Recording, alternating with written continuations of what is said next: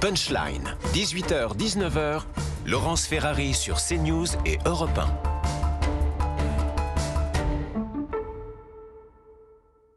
De juger autrement.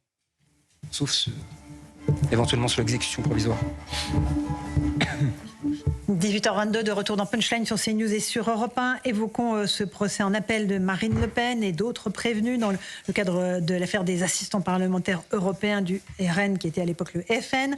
On va rejoindre au palais, en tout cas à la cour d'appel, Célia Barotte et Charles Pousseau. Bonsoir à tous les deux. Dans quel état d'esprit est Marine Le Pen alors qu'hier, les avocats généraux ont recueilli des peines presque aussi lourdes qu'en première instance contre Marine Le Pen? Au lendemain des réquisitions, Marine Le Pen était bien présente pour assister aux premières plaidoiries de la défense. Muette face aux caméras, elle s'est tout de même entretenue à plusieurs reprises avec les journalistes en aparté dans la salle d'audience, même si le parquet général a requis à son encontre une peine d'inéligibilité simple, sans exécution provisoire. Pour Marine Le Pen, rien n'est joué tant que la décision de la cour d'appel n'a pas été prononcée. La décision officielle devrait intervenir courant mai, voire au mois de juin. Marine Le Pen reste concentrée sur les différentes situations qui pourraient se présenter à elle et garde en tête le calendrier politique, notamment les dates de dépôt de candidature ou encore l'organisation du financement de la campagne électorale. Elle nous a même confié que depuis le prononcé du réquisitoire, elle n'a jamais entendu autant de si, autant d'hypothèses à son sujet. Enfin, Marine Le Pen a également regretté, fustigé le service après-vente, selon elle, effectué par Marie-Suzanne Lequéot, la procureure générale auprès de la Cour d'appel de Paris ce mercredi sur France Inter, alors que dans son réquisitoire, le parquet général a reproché à Marine Le Pen ses commentaires médiatiques, ses remarques, ses commentaires sur la première condamnation qu'elle a reçue de la part du tribunal correctionnel de Paris. Assidue depuis le début de ce procès, Marine Le Pen va devoir faire preuve de patience puisque ses avocats vont plaider en dernier le 11 février prochain. Merci beaucoup Célia Barotte et Charles Pousseau.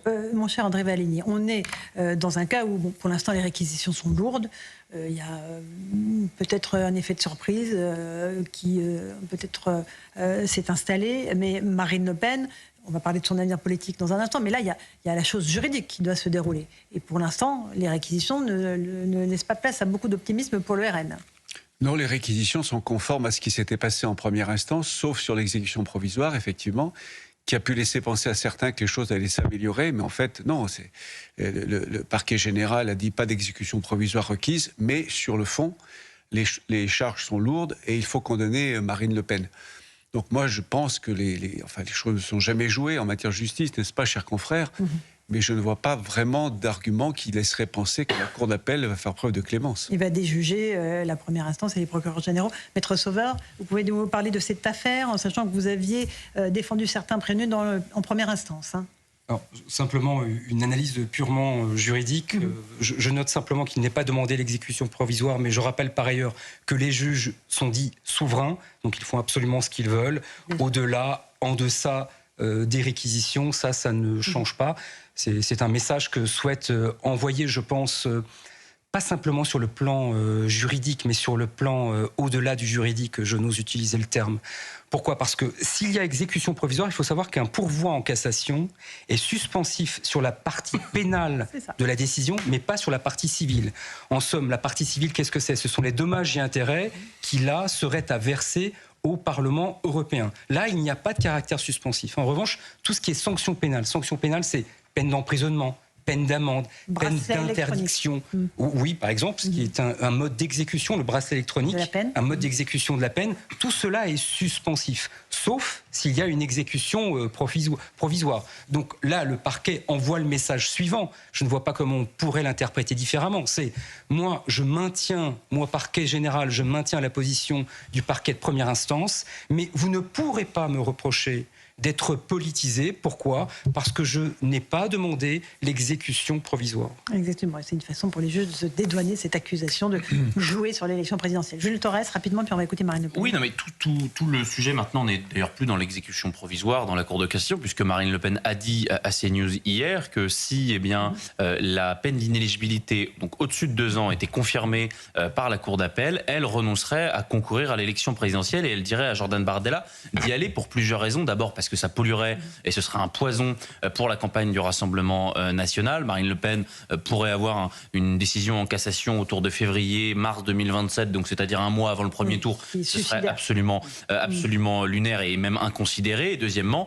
Marine Le Pen vous parle notamment de l'association de financement qui, pour le coup, pour la présidentielle est nominative. Et c'est-à-dire que si Marine Le Pen était empêchée en cours de cassation, ce serait très compliqué ensuite pour Jordan Bardella de faire campagne. Donc pour toutes ces raisons-là, je pense que le seul sujet, c'est d'attendre la décision de la Cour d'appel qui arrivera avant l'été, a priori au mois de juin. Toute la question, c'est est-ce que Marine Le Pen sera condamnée à plus ou à moins de 2 ans d'inéligibilité, sachant qu'avec l'exécution provisoire de la première instance, elle a déjà commencé à purger depuis le 31 mars 2025 sa peine d'inéligibilité. Écoutons Marine Le Pen, c'était le 12 janvier dernier, notamment, elle disait déjà que le verdict de la Cour d'appel déciderait de sa présence à la prochaine présidentielle.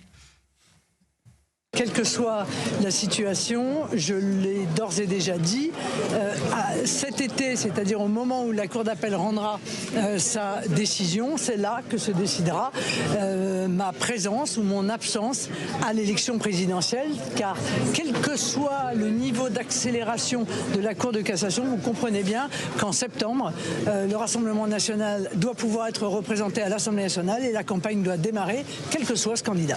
Joseph Massescaron, là, les jeux sont quasiment faits, si les avocats généraux sont suivis. Absolument. Ma réaction en l'entendant, je pensais la première fois lorsque l'appartement des Le Pen avait été soufflé. Elle était très jeune, Marine Le Pen. Et qu'elle était très jeune. 9 ans. Et je me dis, mais a-t-elle, dans tout le personnel politique, un cuir aussi épais pour tenir comme elle tient encore aujourd'hui, avec tout ce qu'elle a eu, mais tout, c'est-à-dire son entrée, lorsqu'elle est devenue avocate, ça a été contesté, les relations, la rupture avec le père, les relations avec son père, les relations en interne, la manière dont elle a été mise à l'écart, et là aujourd'hui cette condamnation, je me dis, cette femme aura vraiment eu un chemin de croix en politique. Bon, en tout cas, c'est des réquisitions, pas des condamnations. Un dernier mot là-dessus? Oui, non, mais c'est vrai que je suis plutôt d'accord avec Joseph. C'est un geste qui, dans la classe politique, n'a quasiment jamais été vu. D'abord, d'avoir préparé une succession, et c'est vrai que quand on voit tous les partis, la succession, généralement, c'est pas le cadet de leur plutôt entre les pattes. Au contraire, quand ils voient une tête monter, quand ils voient un dauphin monter, il leur coupe la tête et c'est terminé. Pour le coup, au Rassemblement national, c'est vrai. Emmanuel Macron. Non, pas Emmanuel Macron et François Hollande, ni Emmanuel Macron et Gabriel Attal. Mais c'est vrai qu'il faut quand même reconnaître à Marine Le Pen ce caractère-là, qui est extrêmement intéressant. Et oui, ce chemin de croix dont Joseph parle, il est assez intéressant parce que Marine Le Pen, elle voulait pas tellement rentrer en politique. C'est son père qui l'a quasiment obligée. Oui. C'est ensuite en raison de l'aîné. Absolument. C'est ensuite des congrès face à, par exemple, Bruno Gollnisch où elle était donnée perdante. Finalement, elle gagne. Ensuite, des campagnes présidentielles. Elle avait le nom Le Pen puisque c'est ce qu'elle a essayé de faire depuis des années jusqu'à, et je sais très bien parce qu'on avait fait une interview de Marine Le Pen ensemble, Laurence, pour le JD News après la mort de Jean-Marie Le Pen, et elle en parlait, elle dit qu'elle ne se remettrait jamais de ce geste d'avoir viré son propre père du parti qu'il avait fondé. Donc ça, c'est quelque chose qui en effet continue d'heurter Marine Le Pen. Et puis ensuite, l'épreuve judiciaire, parce qu'on peut en dire quoi qu'on veut, pour une affaire d'assistant parlementaire, les juges, en tout cas la justice, va sans doute réécrire et redessiner le casting de la prochaine élection présidentielle.